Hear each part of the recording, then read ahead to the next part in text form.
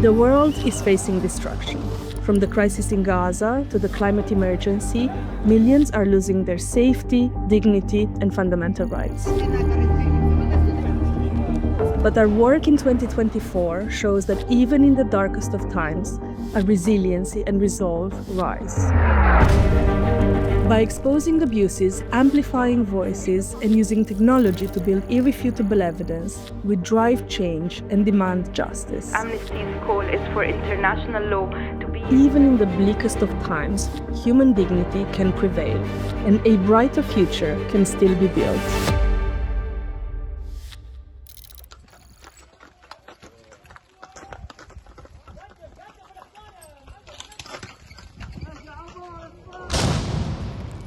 When a 2,000-pound bomb hits an apartment block, often it will go through the building, it will go into the basement where it detonates, and then the entire apartment building will fall down inside of this crater. This is a crater caused by a 2,000-pound bomb. The potential kill zone from that crater can spread up to 1,200 feet. In densely populated Gaza, the human cost is incomparable.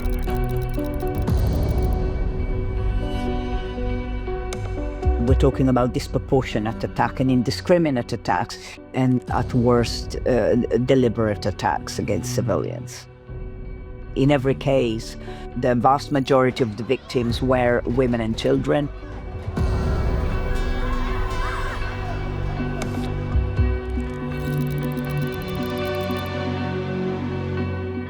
And we were able to say that because we were able to prove it, because we had the remnants of the munitions, the serial numbers. Because of our work, the Biden administration stopped providing 2,000-pound bombs.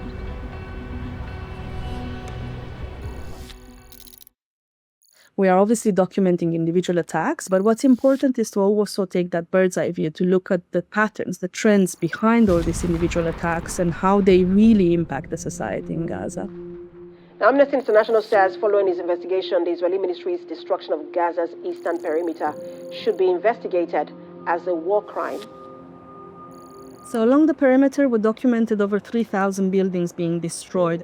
Lots of homes, schools, cultural centers, all this kind of infrastructure that is important for life in Gaza was completely decimated.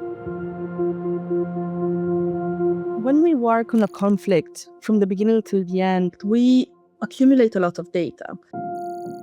And through data, we can understand how individual cases join up to potentially a pattern. There are very, very serious questions that need to be answered because what we have published is prima facie evidence of war crimes and other crimes under international law. Of course, those who are responsible should be held accountable.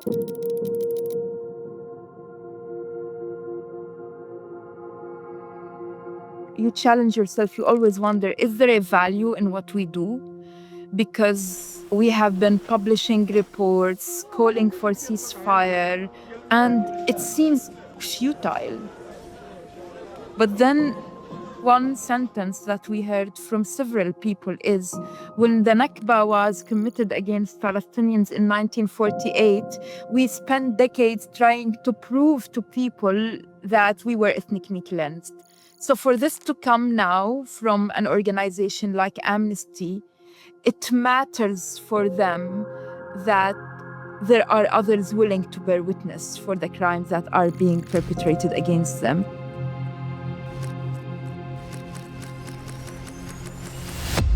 No one can say we didn't know, we didn't hear. There's a new Amnesty International report which warns that the constant inflow of arms into Sudan is fueling an already worsening humanitarian crisis.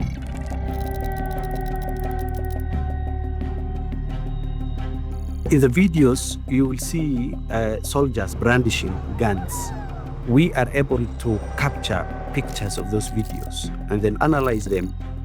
By comparing the identification of the weapons with the very specific trade data, we're able to map out not just what weapons are there, but in many cases how they got there and how is it breaking the embargo in the ongoing fighting in Darfur.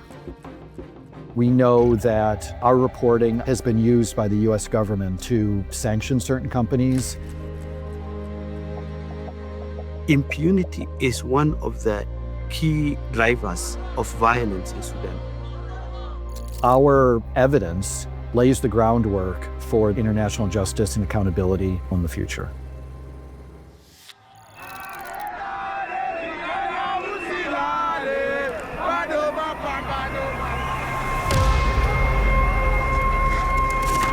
There is a global trend where protests are incredibly militarized with a clear intention to silence voices of protesters. It was one of the worst massacres committed by state forces in Congo in recent memory. 56 protesters were shot dead by soldiers. The Congolese government tried to paint the picture that there were just a few bad apples who just went rogue. What we found out was that not only the head of the special forces, but other high-ranking officials were present at the time. And they were guiding, they were directing, they were overseeing what was happening. This week, Amnesty International published the results of a sweeping investigation into the massacre. This was an operation that had been ordered by the highest levels. These weren't just a few bad apples.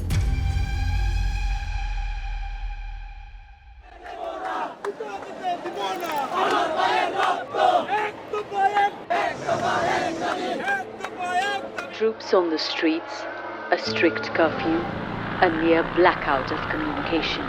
Because of this internet shutdown, there was absolutely no way to find out what exactly is happening. That allowed for the government to claim that the violence was inter-community violence. We were able to archive about 100 videos that we think show human rights abuses. In Bangladesh, the civic space is already very shrinking. So there are NGOs who are working, but who are working in a climate of fear. What we have managed to do is provide evidence and information to organizations on the ground, as well as also doing the international advocacy. Was in fact unlawful. That gives a really good starting point for the civil society to start engaging with the authorities on certain reforms. We can use the might of Amnesty's 10 million plus supporters to lead on conversations which may not be that easy for someone on the ground to do because of the fear of reprisal. One of the things we do look at quite closely in all situations of conflict and crisis is the rights and needs of at-risk populations. So that includes women and girls, older people, people with disabilities, and children. One of the common threads across a lot of our research recently has been the fact that children more and more have been treated like adults. And in the northeast Syria context, it was fundamental. A report by Amnesty International has found that thousands of people are being detained arbitrarily at camps in northeast Syria. Amnesty says the camps are now housing 56,000 detainees, which includes 30,000 children and 14,500 women. We wanted this to be a 360 view of what's happening in the system of detention, to really give a holistic account of what their lives had looked like over the last 5 years.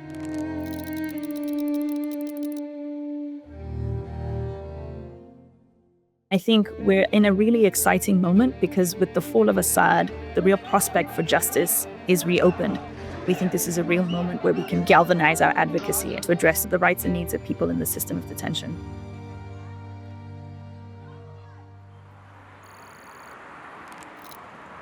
In Nigeria, commemorations are being held 10 years after the abduction of nearly 300 schoolgirls by Boko Haram. Over the last decade, so many girls and young women have been subjected to abuses by Boko Haram as well as the Nigerian military. They want to rebuild their lives, they want to be empowered. They really needed to be seen, to be heard.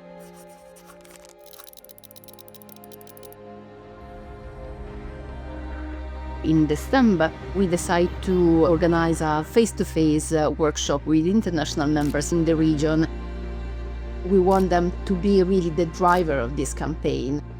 The response was incredible. They saw how powerful we are all together.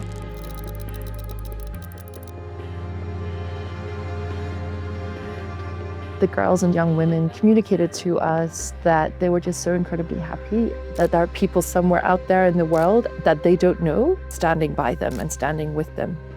That meant a tremendous deal to them.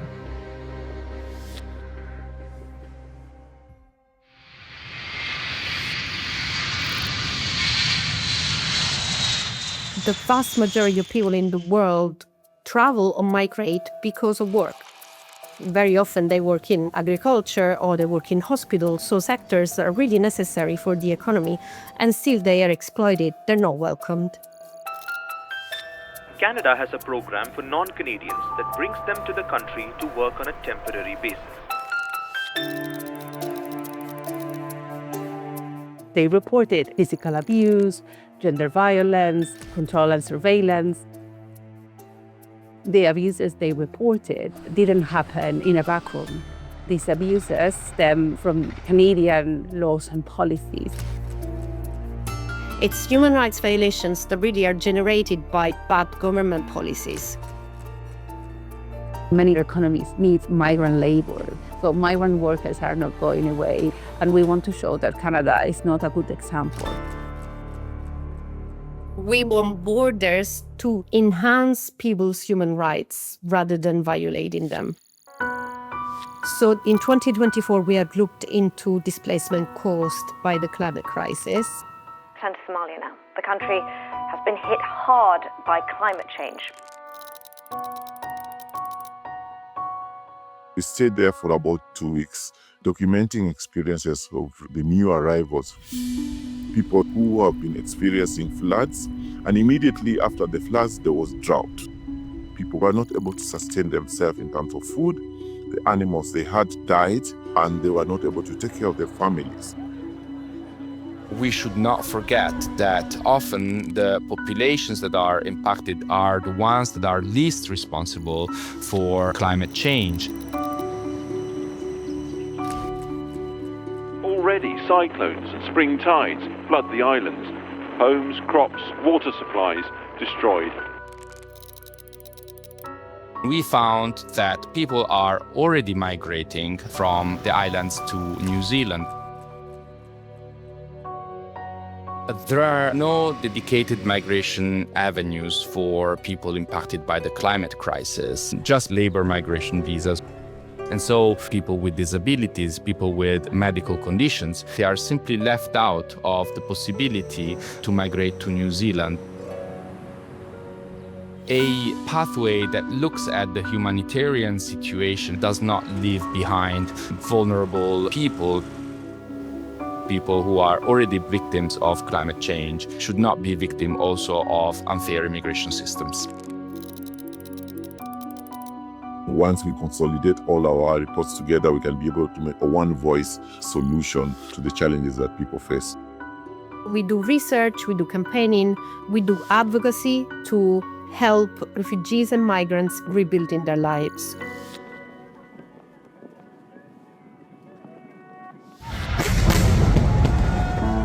In 2024, given the context, the backlash against human rights advancements, we wanted to make sure that we were giving visibility to those voices that are normally silent.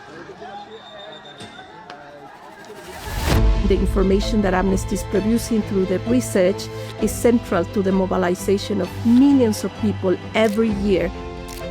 We've seen that people are taking to the streets, are raising their voices, are using the information that Amnesty is producing to stand up against authoritarian practices.